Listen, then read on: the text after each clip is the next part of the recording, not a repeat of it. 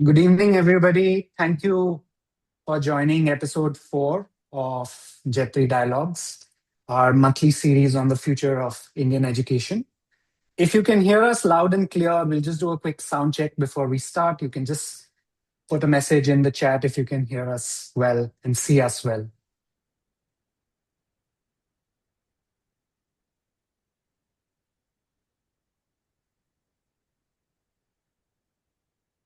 Okay, great. I have confirmation. Thank you so much. All right. Our topic for today is India running out of academic talent? With me, I have two very distinguished panelists today. I will quickly introduce them before we jump into the conversation. I have with me today Dr. Shraddha Kanwar and Dr. Jaideep Chatterjee. Dr. Shraddha Kanwar is a senior academic leader with over 26 years of experience in learning innovation, digital transformation, and higher education strategy. She currently serves as the Chief Academic Officer at Jain Deemed to be University in Bangalore, leading um, institution-wide academic and AI-driven transformation initiatives. Her core expertise lies in the techno-cognitive domain, aligning human intelligence with advanced technologies to improve learning and performance outcomes. She holds a PhD in liberal arts and advanced certifications from ISB and University of Cambridge, with a lot of senior experience in both industry and academia. Then I have Dr. Jaideep Chatterjee, who's an anthropologist, historian, architect with interdisciplinary expertise spanning design, culture, and social theory. He is now also an entrepreneur. He holds double doctorates from Cornell University in the history of architecture and urbanism in sociocultural anthropology. His scholarship examines design and visual culture, technopolitics, and the production of expertise, which I'm sure is going to come very, very handy in our webinar today. He's taught at the University of Cincinnati, served as the founding faculty of Shiv Nadar University, and was the founding dean and later founding vice dean and later dean of the Jindal School of Art and Architecture at the OP Jindal Global University. He is now the founder and lead guru of the Paresia Circle, a boutique mentorship and fellowship guild. Welcome to our panelists. Thank you so much for making the time and joining us today. Thank you. Thank you, Lokesh, for having all of us. Thank you, Lokesh. Thank you so much. Yeah. So I'm going to just jump right into the topic. I think India as a country has huge ambitions, and education is going to play a very, very important role in how we prepare our workforce for meeting those ambitions. We have, as everyone in the webinar may know, very aggressive GER targets. We may also want to set up 1,000 universities. But every time we have this conversation in the circles, the question is, do we have enough faculty? Do we have the most critical raw material that we need to give this thrust to the education ecosystem? So I'm going to come to both of you. I'll start with you, Dr. Jaideep. You've been in the US. Right. You have been the founding faculty at Shiv Nadar and also been part of the founding leadership at the Jindal School of Art and Architecture. And you must have had a ringside view to how high quality academic talent is mobilized and teams are built. What do you think? If somebody asks you, does India have a shortage of academic talent? What do you say? Short and sweet, obviously, yes. I mean, that's the short and sweet answer. I don't think anybody is going to really disagree with that, Lokesh, right? But I think while that's the short and sweet, I do think it's a little more complex than just that there isn't available talent or, there are multiple layers, and I'm hoping that, we go through some of those today. Because there are things I think there are questions of how we imagine what is faculty, which we need to talk about. Yeah. I think we need to talk about what is expertise. We need to talk about that. We need to think about how we frame our jobs, the work itself, right? So I think there are multiple layers to that question. So I'm really glad that we're having this conversation, and I'm hoping that the layers get excavated a little, right? But yes, at the bottom line, there is a problem, right? There is a kind of a problem, and one has faced that, right? And we need to sooner than later address this very, very critically, because we have a case in a lot of disciplines. I can speak a little bit of the disciplines that at least I am associated with, sociology, design, architecture, all those kind of things, where one has seen a quantum leap in terms of the kind of departments, colleges offering those kind of programs, and really not having enough people in the country, right? But I think there is other issues. For example, COVID has changed the framework of who we think can be our faculty. For example, we need to factor those kind of things in, right? We need to kind of think that is our faculty only limited to India anymore? Really? Those are the kind of questions I would love for us to keep talking about. So I'll just stop there and hand it back to you. Yeah. And Jaideep, while you said the obvious answer was yes, shortly, briefly, what do you think has caused this, or what are the factors that have led to this? Well, very quickly, Lokesh. Like I said, one is a sheer kind of an expansion. We just kind of like, you know, we like to do this in India, right? We just think about how we did with the telecom industry, for example, right? We said, look, we'll throw out a couple of layers and we'll just quantum leap into something else. But I also think that in the education sector specifically, we have not really sort of asked a more fundamental question, that is to say, can we rethink and reimagine what the university space is? Are we deemed or doomed rather to repeat the same steps that the rest of the world has taken in terms of becoming a hub of higher education? We have to follow the same model, right? I think that's an important question also that we need to ask, right? And I think up until now, we've not asked that question. And I think that's a structural issue there, Lokesh. I don't know if that makes sense. We can talk about that, elaborate that more, No, we'll definitely get into this more. Dr. Kanwar, you from your experience at Jen, more than 1,500 faculty in an urban metro-based distributed campus. I'm sure you see your fair share of faculty movements. What has your view been on this question? Sure. Thanks, Lokesh, firstly, for a very, very pertinent sort of topic. And as Dr. Chatterjee is describing, the whole aspect of what constitutes a faculty per se itself is a very important question that we must sort of reflect on and respond to. When you say faculty shortage, and I just look at the larger perspective of, what we talk about in higher education. So there are 3 points which I would like to sort of highlight. One is in terms of the response in terms of numbers. Second, the response in terms of the fitment of individuals who are qualified faculty vis-a-vis, the people who actually are able to teach. And third is the necessities of future workforce, So the larger aspect of how a university and institution will contribute towards shaping citizens and, having a celebration of the foundational value of what is our nation. We talk about GER, GDP, etc. So on the first point, because that's your specific question, interestingly, when we were wanting to have this conversation, I was trying to look at few numbers, and what I understand is that there has been actually an increase in the number of PhDs who are enrolling annually in India. And we're talking India specific because the complexities of India are huge, it's a country which requires a very different systemic kind of a approach towards everything. So there is approximately a 20% increase in the number of PhD enrollments in the last 5 years.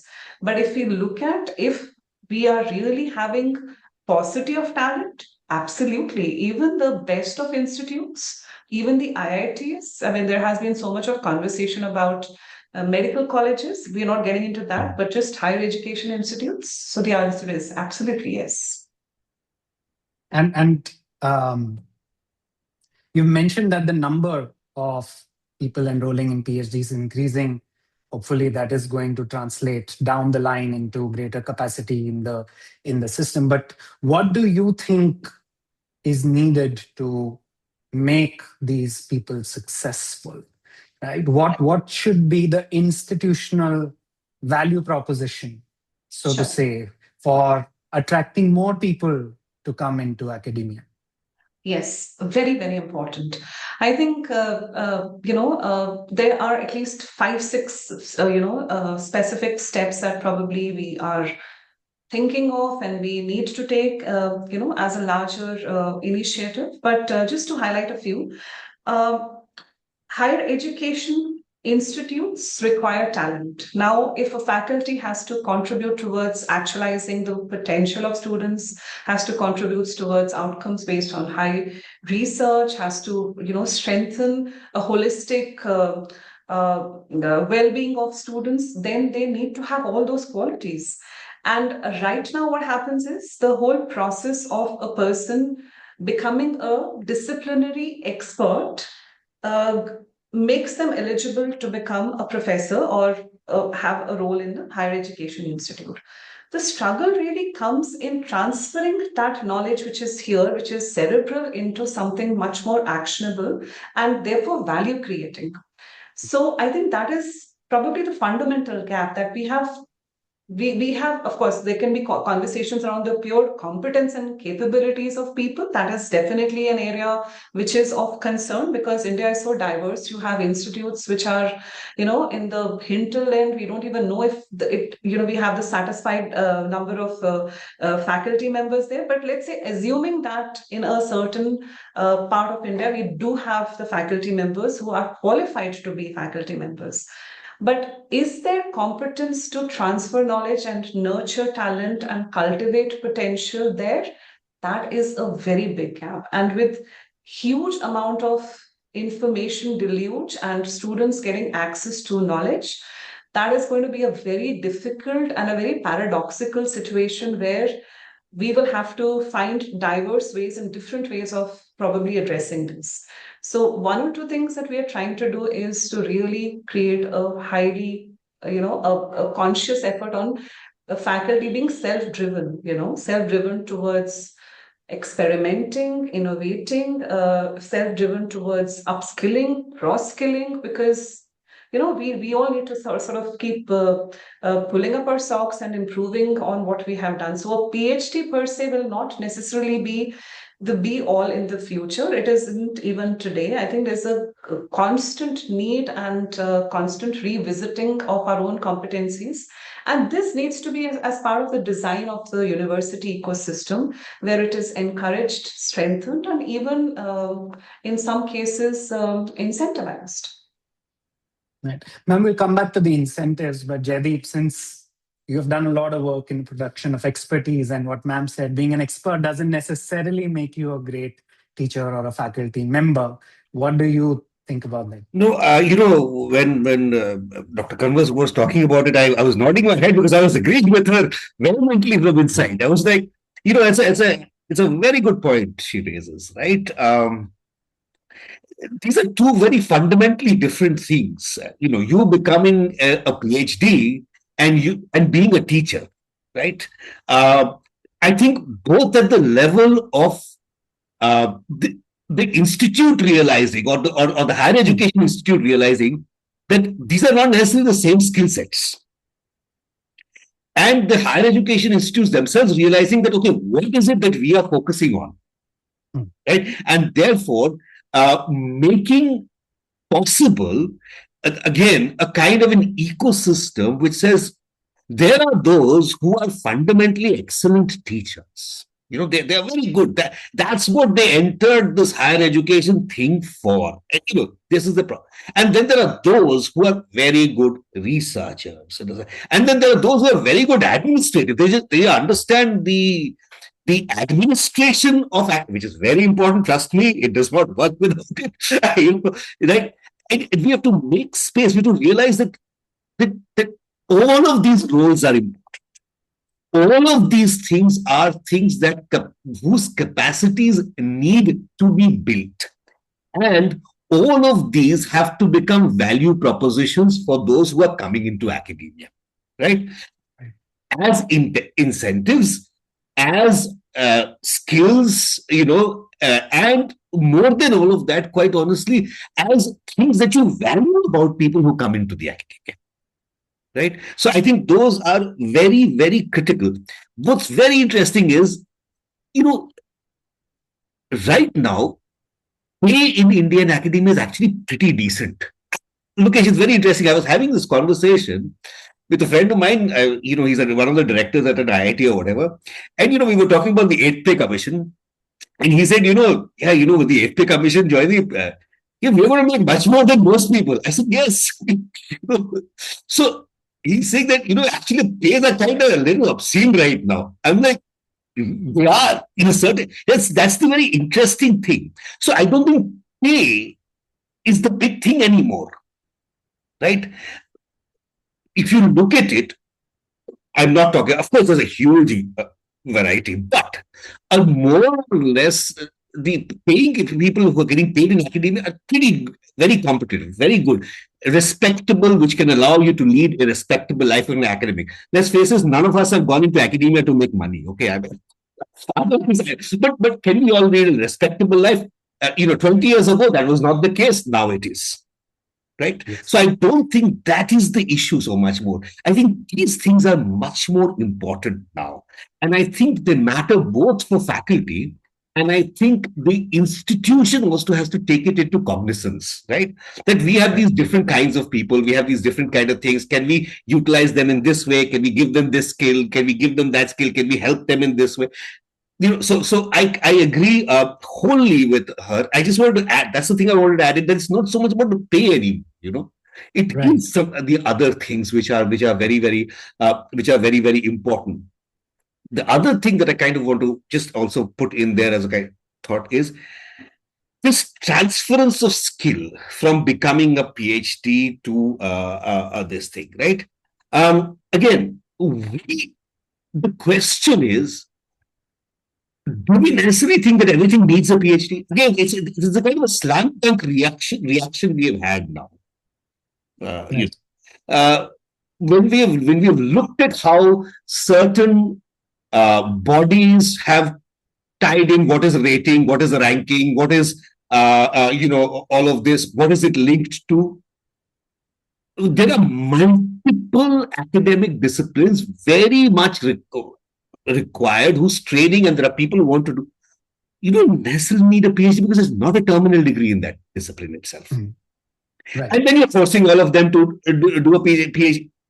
Doesn't make any sense. You have to figure out how. So I think there's that part of it also.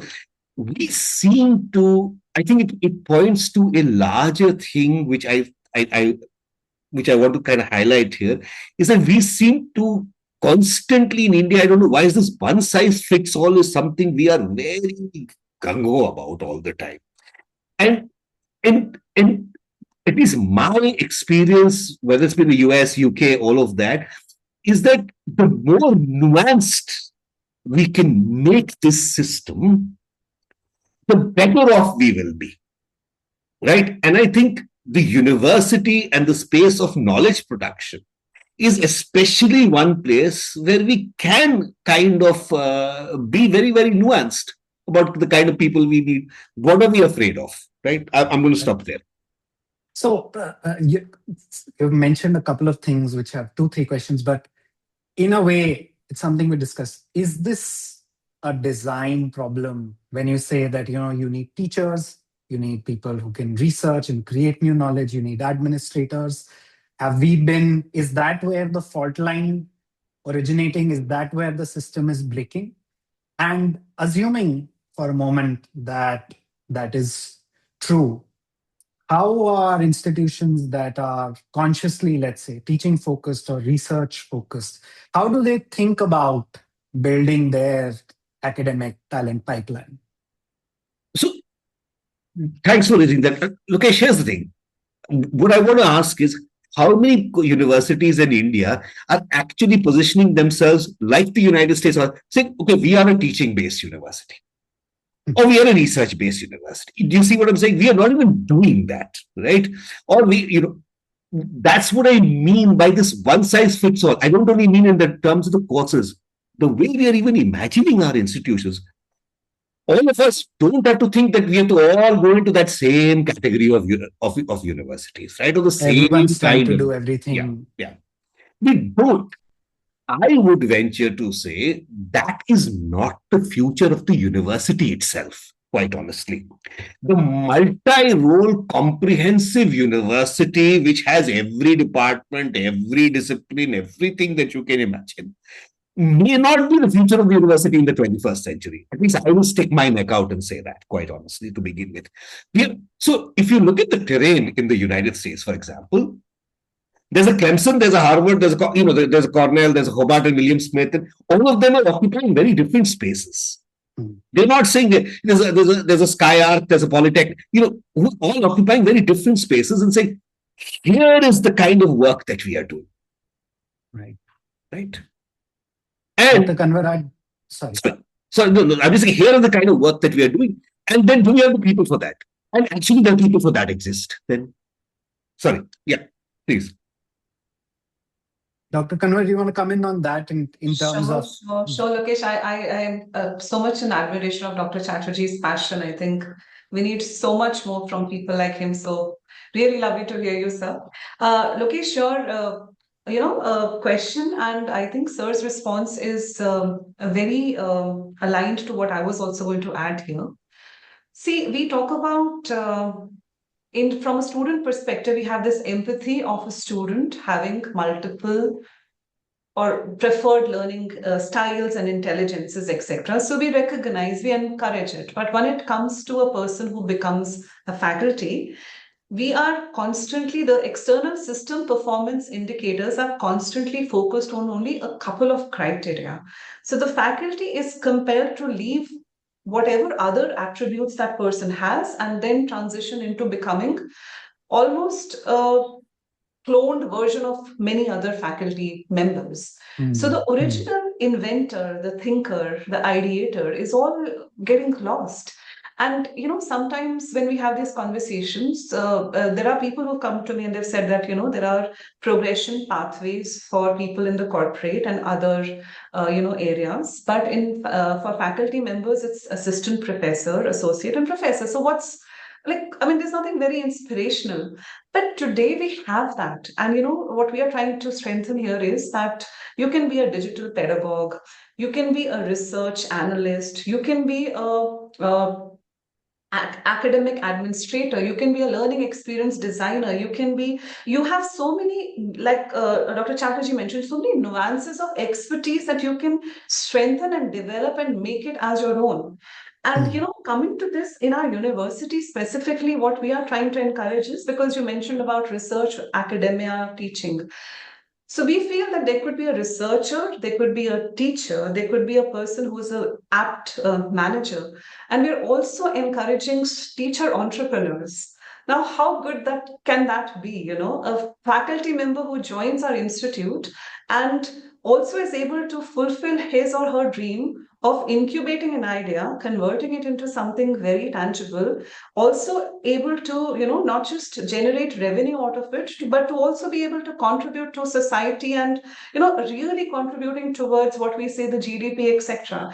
So the tracks can be huge. We also have something called a full stack. And why not? There could be somebody who has all of it.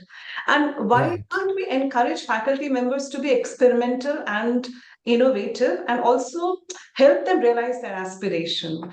We are trying this, and it's being really well received by our faculty members, and we will definitely share it in due course of time as as how it develops. Yes, Lokesh. This diversification of the academic career ladder is, I think, a great idea that other people can take away. There are teachers who are so passionate about teaching. And sometimes I met this faculty member and she said, I want to be with the students. I want to contribute to their student experience. And I connected her research and I told her how research contributes to teaching and makes. So all of that is also very valid. So it's not isolated that, oh, you be this or that. But how do you integrate? How do you intertwine? And how do you strengthen at least one of it so that you become good in it? Right. Ma'am, you mentioned research a couple of times, and there's almost this recurring question that is this research or perish paradigm, which kind of primarily seems to reward academics on research, and it's created a whole slew of other perverse incentives in this. Is that skewing the system in how people evaluate academia as a profession? Lokesh, like I said, the external indicators are very enormous, specifically for a country like India, which is incomparable to any other geography. For example, I don't know if the numbers are accurate, but somewhere they're accurate. In India, we have probably around 10,000 trains in a day. In America, we have 1,000 in a day. So, the scope of everything is so It's huge. exponentially different. It's very different. So if there is always the pressure of research, publish or perish, it's very difficult for a faculty member to really contribute unless the person is only doing that. So the leverage we have in global universities is much, much higher. And then whether it is classroom size or whether it is the number of classes you take or even the kind of challenges that our teachers face on a day-to-day basis, I think they're doing a pretty good job. They're pretty well, but the support system that can be created, Lokesh, to answer what you're saying, is something which, as an institution ecosystem, can be really enabling. For example, the teacher has to focus on the science of a particular course, right? But let's say there's a proposal writing or a fund writing. The administrative part of it can be taken care of by a research assistant or a pedagogical sort of research fellow. So we're trying to build those structures where the core disciplinary expertise is strengthened, the research outcomes, because that is where the intelligentsia is contributing, is encouraged, but we give them parallel support systems to be able to contribute more richly. JB, would you like to comment? Yeah, location. Sorry, can you hear me? Sorry, I thought I froze for a second. But location goes back to, I think, something we were discussing earlier, right? It's again, are we all thinking that we all want to become a research university? What are we imagining here? Let's understand one thing. Let's say if there's an excellent teaching university that we want to create in India tomorrow, right? We could kind of say that here, your metrics of how you are evaluated, how you are understood, are something completely different, right? Than what you are thinking as a research institute, right? So, I mean, and we have models. I don't want to necessarily say we should take them verbatim or as is, but let's say if you take a Xavier or a Hobart and William Smith in the United States, you will see that there it is said for a faculty to get tenured over 5 years, 2 papers in good journals, right? Which is very different from a place like a Cornell or a Harvard, which says, okay, you want to get tenured, you've got to have a book in 6 journals in the top 20. Right? What you're doing is you're identifying what is your priority. What is it that you are valuing? What is it you are doing? And what this allows them to do is for a faculty to say, look, X university is where I want to be, because you know what? I love to teach 3 courses. I love to sit with the students. I want to give it 20, 24 hours, a week, just, staying with the students. And, every once in a while, I want to reflect on one really nice paper and put it out there. Different workload, different imagination. The faculty feels very differently about who they are. They begin to value themselves very differently, right? The institute values them very differently, right?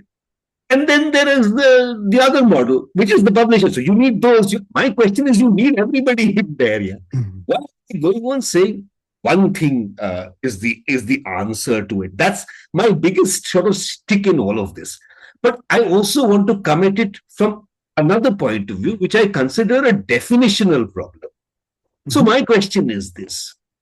We are still thinking of disciplines as what I like to think in a 19th century way, right? We kind of think of them in areas, So when we think of them in areas, question of jurisdiction, who's inside, who's outside, who controls, who accredits, all of these things come into play. What gets lost is the business of teaching, the business of learning, the business of experimentation. All of this is getting lost because we are still thinking of it in very two-dimensional ways. We are not realizing that no problem out there in the world, and as educators, we do work with problems, real problems of the world out there. Come and say, oh, I can only be solved by a chemist, or I can only be solved by a biologist, things. So the minute we keep thinking in these kind of finite boundaries, categories kind of thing, we are making the other mistake. And I am saying this goes beyond interdisciplinarity or multidisciplinarity, Lokesh. I am just saying we have to stop thinking who can teach what, actually. Right? I'll give you a very simple example. Maybe some people are going, I'm not going to take this, but a particular discipline which I was helpful in kind of setting up many things. The accrediting body would say only X number of people can teach this, or X with an X qualification can teach this. Really, you will realize that there's no discipline in the world which can say, oh, this is the monopoly of only these people teaching it. Right? So are you really trying to say design cannot be taught by somebody who is a business person? These kind of artificial walls, territoriality through which we are looking at the question of knowledge is also a big problem in this country. Right? And we need to get out of this. And this is what I mean by saying, this is where especially I think India can skip what the rest of the world has done. That is importing those kind of definitions of territoriality, jurisdiction, etc., to think about the question of education. Let's not do that. Let's say that, all right, can we really say, yeah, it's there. Now, fundamentally, we are in this post-COVID new technological world out there, which is saying, Lokesh, why don't you teach with Dr. Kanwar and Joydeep? Come, look, let's teach together. How do we make a difference? Right? So I think these are the kind of things which get a little more interesting. I'm going to stop there. Sorry. Yeah. Yeah, we're halfway through, but I think we've got some really interesting insights, which I'll just summarize for us. So I think, Jaideep, you started by saying that there is this siloed way of thinking about how universities approach. Not all universities need to be thinking about being everything, everywhere, all at once. Bringing some nuance and putting into action whether what is required, teaching, research, administration, you also pointed out. Ma'am, you brought a very interesting innovation around how you're kind of diversifying the academic ladder itself and not just saying, oh, you are an assistant or an associate or a professor of so-and-so, but specializing in different areas. And of course, then we have been talking about structural definition problems. I will bring the conversation back to a little bit to the faculty value proposition. But before that, I think this is related to the academic pipeline question. It's a very pertinent question from someone in the audience. I'm just going to take a minute and ask that.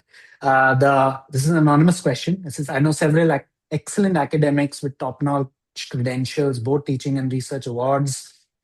Despite their established excellence, these academics are either unemployed or on the brink of quitting. The vast majority are women. Why do institutions afford this leaky pipeline and doing to combat this vicious politics of hiring and quiet firing that leads to a monumental waste of talent? So there's some, just how we get people into the system or how we nurture and grow them. You spoke about the supporting infrastructure and supporting ecosystem, ma'am. We'll come to that as well. So even with the academics that we have, with the qualifications that they have, the attendee saying we are not able to retain them. right? And there's another comment in here which points similarly. Why do you think that is? Where are we? Where is the fault line here? Lokesh, I'll just add a few, my input here. I'll just continue with where Dr. Chatterjee was discussing about the silo centricity, because I think there's a connecting link. See, the irony is that nature does not operate in silos, and it's so liberated and so free. But in academics, we have created artificial boundaries. So everything is very synthetic. If you look at our classroom spaces, our examinations, etc., so that ability to break free and just be who you are is somewhere very, very constrained. And therefore, sometimes when we are identifying individuals to be part of a journey which is very different, which is very exploratory, and which is very, which is original, which is actually how we should be, because there is that conditioning and we are all a product of that conditioning, it becomes very difficult for us to articulate a simple aspect of transdisciplinarity or multidisciplinarity, because a physics faculty will always try and look at it from the dimension of the lens of a physics expert. But physics is everywhere, right? It's in your game of golf, it's in sports, it's in your traffic, it's in your trigonometry, it's in your traffic jam. It's the problems are around us. So I completely kind of resonate with what Dr. Chatterjee mentioned in terms of we are kind of importing fixed structures and jurisdictions and even problems. Whereas our problems are more original here. So I think we should be exporting problems to the world. And I think that's one area which we are looking at as well. But now to the question of meritocracy, the question of enablement. See, it comes to the same point, that is our faculty ready to be able to be a good strike a good chord with the students. So it's not just about the brain, it's really about the heart. While intellectually everything might be coming from a brain, but if you have to connect with the student, with a child, it has to be more springing from the heart than brain driven. And therefore a simple exercise like even onboarding a faculty, which is done very well in the industry and the corporate, etc., is something which needs to be strengthened and needs to be really built in to give that congeniality to the faculty, to give that enablement to the faculty. And we are really working on that as well. So we have a 6-month very robust onboarding process, which helps us to identify what somebody's strengths are and then try and channelize those for probably a longer career advancement strategy. And that will help them to understand that, okay, I have some 5 things which are great in me. Maybe I could really start contributing and then learn and acquire more skills and competence, especially for faculty members who are very new to this field. We have young faculty members who are joining with no prior experience. This is very helpful. So capacity building becomes a very important institutional imperative to take care probably of some of these challenges that you have described, Lokesh. The capacity building. Jerry. I was looking at the question, Lokesh, that was there. It's difficult to answer to it specifically. Let me start with that. The reason being, one doesn't know the exact conditions around which such things happen. But let's address it at a more general level. Is there a kind of a opacity which is characterizing Indian universities, and is that leading to a kind of leaking of existing talent that is there? If I were to place it within that broader perspective, right? Yes and no, quite honestly. So I think yes, at times yes, of course there is. I mean, it boils down to, but you see, my question is exactly this. Those are the kind of problems we have inherited from the 19th, 20th century university, actually, which thinks of departments in feudal terms, right? It thinks of departments as territorialities and that we have to defend. Do you see my point? Right. That's precisely what I'm coming at. So, you see, it creates the department, it creates the discipline as a guarded boundary that, oh, we are the insiders, you are the outsider, you know, so we have to hold on to it. So what's happening is the metaphor has become the message. To paraphrase Marshall McLuhan, if the metaphor is that it was area, discipline is an area, it's become the message. And we have all become very feudal about it. Right. So I think the problem is there, right? I don't think people are consciously out there to get, I'm going to get this person. I hate that person. I think structurally something is going wrong, Lokesh, right? And the structure is such that we are constantly thinking of disciplines as territories, right? As Bourdieu would say, there are those who become the orthodoxy, right? Who, so they have got to defend. They've got to defend their position. And those who have come, be the prophets will come and challenge. These kind of ways of looking at the question of knowledge itself, I think is very, very problematic. This is what is giving rise to those kind of situations that young faculty is facing all over the world. I don't think this is an India-centric problem, quite honestly. Right? Look, I have friends, colleagues, family who are academics all over the world. And this is the case in many universities around the world today. Everybody's. So, Bill Reddings in 20,000 wrote this book called The University in Ruins, right? I would encourage everybody to look at it. Actually, what Bill Reddings written 25 years down the line, it's coming true. The university is in ruins in a particular sense. But I think part of the ruin is because I speak here both as an academic and as an academic administrator, we are ourselves to blame a lot too. Right? So we need to think about this. Sorry. So we seem to have inherited a bunch of problems from an old system, right?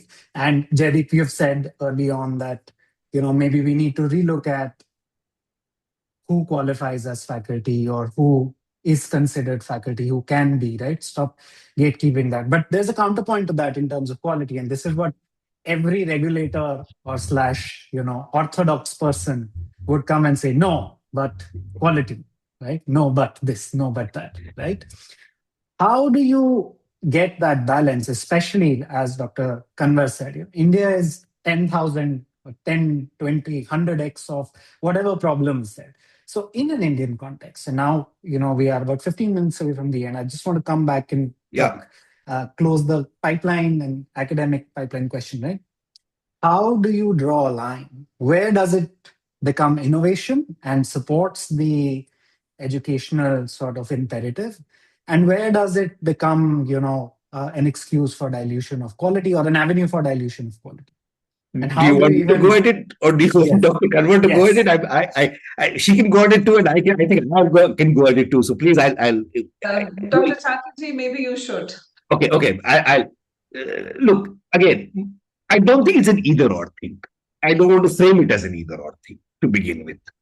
What I will say is, can we stop thinking of it from a centralized lens perspective? Mm-hmm.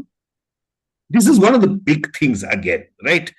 I do think we operate in what's also called a trust deficit system, Lokesh. Right. Mm-hmm. Right. Again, this is what I'm saying.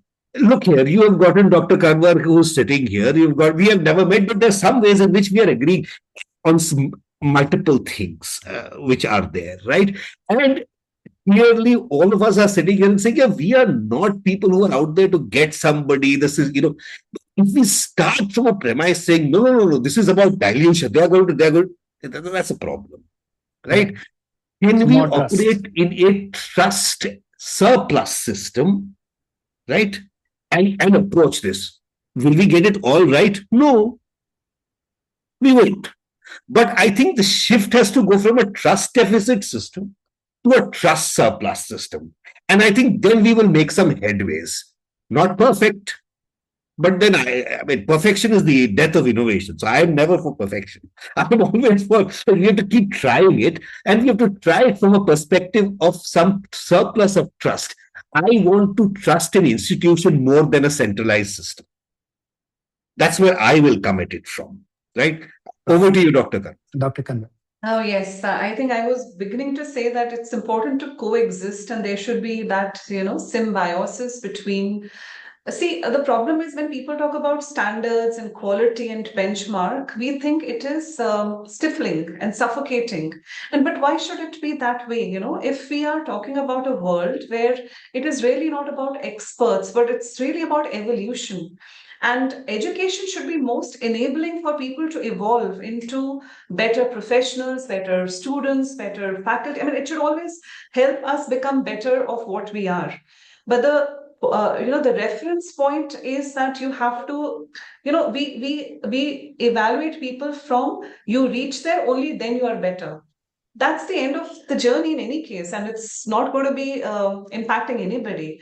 So quality is important, and quality is really about inculcating a sense of self-direction, that I have my own moral compass, I have my own honesty, I have my own integrity, I have my own vision towards sustainability, and how does it intertwine with the larger landscape of the institution? How does that get aligned with our national mission? How does that get aligned with our sustainable development goals? So everything is about really stepping out of that so-called artificial boundary barrier and really being natural, really being who we are as human beings. And it might sound very philosophical, but from a system design perspective also, these possibilities can be created. So the moment we have more immersion with not our own comfort levels, so it's about like Dr. Chatterjee mentioned, it's not about a humanities person just thinking that this is my territory, but stepping out of that comfort zone and engaging with somebody from some other discipline, learning from them. The era of experts is over. This is really the era of evolution and becoming somebody more, somebody newer. And I think that's the excitement of research. That's the excitement of discovering of new knowledge. And what we also feel, what I feel is that our emphasis on the knowledge ferment is good, because that's important as academics. But it's also important to inculcate a sense of discovery of oneself, because true education is really imparting that. And if we are able to help our faculty contribute towards that, enable them, empower them, then quality is just incidental. It will happen, but there is a life beyond that. I'm just going. Can I add one thing to that?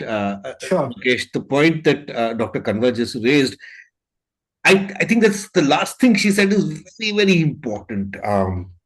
Simply because, again, it's a very interesting twist that I think happens in the last 100, 200 years in terms of modern education, where education becomes about epistemology rather than ontology, rather than, it becomes more about knowing something rather than changing your being itself, right? And I say that because it is important for both faculty, students, every one of us, because every faculty is always a student. You're a first student. If you stop being the first student, we are in trouble, right? So if we keep forgetting that this is about fundamentally changing ourselves as who we are, our state of being, then the question of quality becomes something else. I think that is something which is very important. I don't know if that's what Dr. Kanwar meant, but when she was saying that. Absolutely, Dr. Chatterjee, thank you so much for highlighting that. I think we are emphasizing too much on the theory of knowledge than the discovery of epistemology. It's become epistemology. Yes, rather than thinking the ontological aspect, especially with AI's invasion, is going to become a very scary thought, where our identity as individuals exactly, you see, become kind of diminished. Sorry.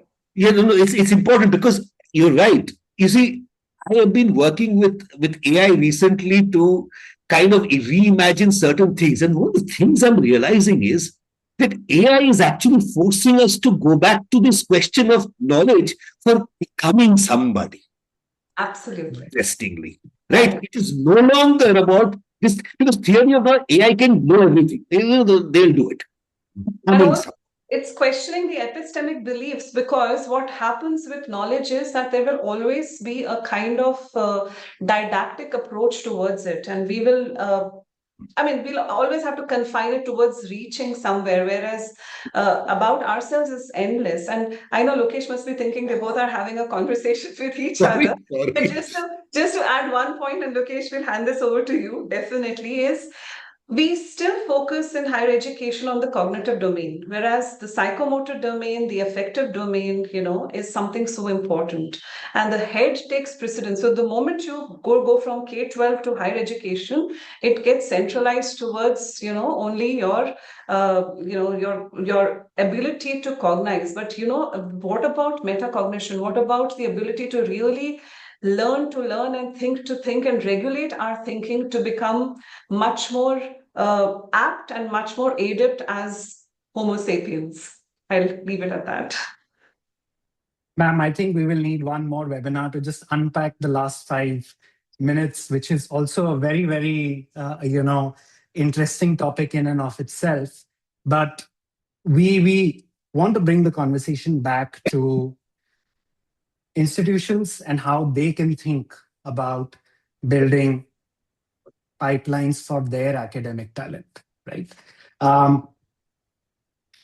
JD, ma'am, you've said that, we have kind of inherited problems of a system which may not serve us in the day and age. There's obviously so much disruption in the world with AI and whatnot. Keeping in mind, let's say, just the GER goal and 1,000 new universities to be added to meet that goal. What do institutions and what do we as a country need to do differently, need to do, to do leapfrogging, as Jaideep said, as we have done in other areas, to meet our objectives? This is the last question that I will ask, and then I will ask some questions from the audience. 2 minutes each. Jaideep, you first, then ma'am. Okay, very simple. Again, I go back to this. While we had reached this philosophical level, I actually think it solves a labor issue problem. Quite honestly, very, very directly, it solves it, because we stop thinking in those siloed ways and stop thinking education is about a certain expertise, boundary, limited thing. We can leapfrog into thinking, okay, what is a university? Here are 10 skills, let's say. Oh, thinking of the university as a bundle of skills. These things will not go out of fashion, whether you're AI, non-AI, etc., whatever, which you will not go. Whichever discipline you are in, it will not go. Let's say we will create faculty only around those 10 skills, right? Everything else will outsource it to people who are in the industry. I'm just talking radically. What if this is a model a university takes? Right. Suddenly we have labor, there's no problem there. Do you see what I'm saying? Yeah. So that's where I'm coming at it from. Right? So a university, this is it. Here, 10 things, 100 books we are going to teach you. Anything else? Yeah. So, okay, please, go ahead. Did you have anything else? Okay. Dr. Kanwal? I think we have a great ecosystem which is not just confined to the institute in the acres of land in which the institute is created. So there's so much happening outside of a classroom, which really needs to come inside the classroom. So those boundaries have to be obliterated. And I think the expertise of the industry, the learnings from, communities are, there is so much abundance of expertise there which can be strengthened. I'll try and give you an example and illustrate what I'm saying. So we started something called Project Udyan, which is really about students of different areas and backgrounds coming together to just learn how agricultural practices in India can be enabled, strengthened, and how we can contribute and how we can also learn. So when we started this project, it was like, precision agriculture, data analytics, IoT. Then we brought in the supply chain. We spoke about commerce of it. We spoke about AI. So every area was covered. but the students would go and then they would say, oh, we will go and teach them. And then one day we went and we sat there and we learned from them about sustainability, simple practices which are not in books but are in surroundings. So I think the whole aspect of what I said, in terms of cognitive, affective, so psychomotor is important, because education is really about the head, the heart, and the hands. And if we can help get experts who contribute to these dimensions, then we've made a world which is much more richer and abundant and happier. And happiness is a very important factor for faculty members, inclusion, retention, advancement. And this is our responsibility as institutions. Whereas I know that there are so many pressures on the faculty that publish, perish, research, teach, outcomes, etc. The one KPI is to really create harmony and help them create students who are happier in the future. Thank you. Thank you so much. As we wrap up, I'll just take some questions from the audience. Mahesh has asked, what are some of the practical nudges that can encourage academics to explore new focus areas that you are suggesting? Also, when making design changes, creating mindset shifts is important. And how can you do that? Yeah. Do you want to take this, Dr. Kanwar? Yeah, very quickly. I think practical nudges, like I mentioned, a robust system of onboarding, making sure there is connect with the aspiration and their competence towards, areas that they can contribute more significantly. The moment there is the productivity, there will be joys which extends to the students, and exposing people to some very specific enablements which help them to really, contribute and be more productive. Like we mentioned, we don't have a B.Ed per se for faculty members in higher education. Maybe we don't need every faculty member to be a brain scientist, but we definitely want them to be intuitive in handling challenges and problems and connecting with students a little more. Just one very practical kind of thing. It's very interesting. We need to let the faculty know it's okay to fail. It's okay to fail all the time, and that's all right. Right? And it's very interesting. Again, I don't think we inculcate that in our faculty also. Forget our students. Right? That is, it's okay to fail constantly. Right? So if one can do that, I think that will help a bit. Just that one point. Professor Aparna is asking, can the Chinese model be studied and understood better to create global level universities? Any and every model can be studied, but we should not be in a hurry to copy paste, because our template is different, our problems are different, and our governance is handled differently. So we require something which is very original. Of course, it's good to learn and get inspired, but I don't think there is anything which is copyable in our context. My quick response to that. No, absolutely agree with Dr. Kanwar on that. I think all models are available for us to study, and I think we should, right? But I really think, one of the things I love to say, India is the graveyard of all theories in the world. Really, it is. It's very interesting about it. Graveyard of all theories in the world. Right? So we have to, at the end of the day, look at our own context, look at our own this thing and do. Otherwise, you're doomed to a little bit of a failure in this country, quite honestly. In fact, somewhere our own models also should become more inspirational, because if you look at many things that we have done in blindly just copying everything from different places, they have actually been counterproductive. And after 20 years, we've realized that, let's not use plastic. This was not the right. Yeah. So, that's one thing which we learn the hard way. But it's good to get, it's definitely good to learn. I think China has done exceptionally well in the research and innovation ecosystem. We should recognize that. We should understand how that operates and pick up a few understandings and try and apply that. This is an anonymous question. Do faculty have appropriate role models in our large universities? Who do they look up to and who do they learn from? And are we being honest about both the lack of role models and faculty culture problem in many universities? Good. Yeah, that's a hard question. And I'm going to put myself appropriate for the last question for of it. the webinar. I think you're right. There is a little bit of a issue here, right? I really think there is a lack. I think we never thought that this was going to be a viable thing for everybody to do in the long run, right? So we never thought of it in that sense, and because by viable thing, you mean an academic career? An academic career, right? An academic career. It was never thought of it like that, right? Like my mother said, really, you're doing architecture, history, and anthropology. You managed to combine the two things that will never make you any money. Yes, absolutely. So, mother, thank you so much. Right? I mean, so yes.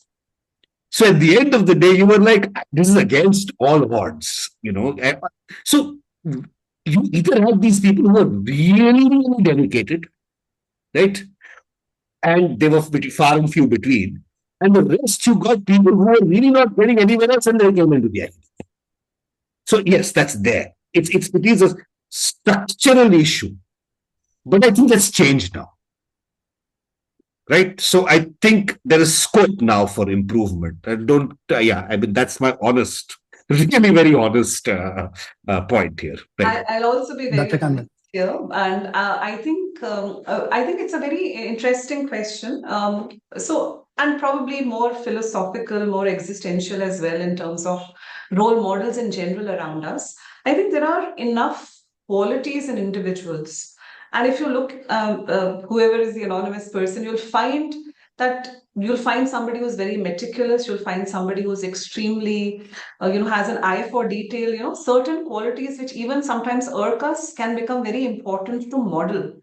So I feel that we need to not put the burden on one or two people, but to look at qualities in different individuals and try and internalize some of them. And these are practical aspects which can be done. The moment we put pressure on a few people to become the be-all for us, it's never going to happen. It's only going to frustrate us and make us feel very miserable. So it's better to pick out, curate, and enjoy. All right. Thank you so very much. I know there are a couple of unanswered questions, but we are at time and I don't want to keep people beyond time. Thank you so much for joining us, Professor Chatterjee and Dr. Tanwar. It was lovely to have you. I think I'm going to go back and watch the recording of that particular 5-minute segment, which I'm sure is going to be the inspiration for the next Jetri Dialogs. Of course, our objective is always to be very open and openly introspective about where education is going in India, and these forums are all about that. Thank you to all our audience members who joined and for everyone who asked their questions. We will be back next month with another edition of Jetri Dialogs. Please follow us on LinkedIn and to keep yourself updated. Thank you and have a good evening, everyone. Thank you so much, Lokesh. Thank you so much, Dr. Karwa. It was a pleasure. And thank you to all the audience for the questions. It was lovely. Thank you. Thank you so much, everybody. Thank you.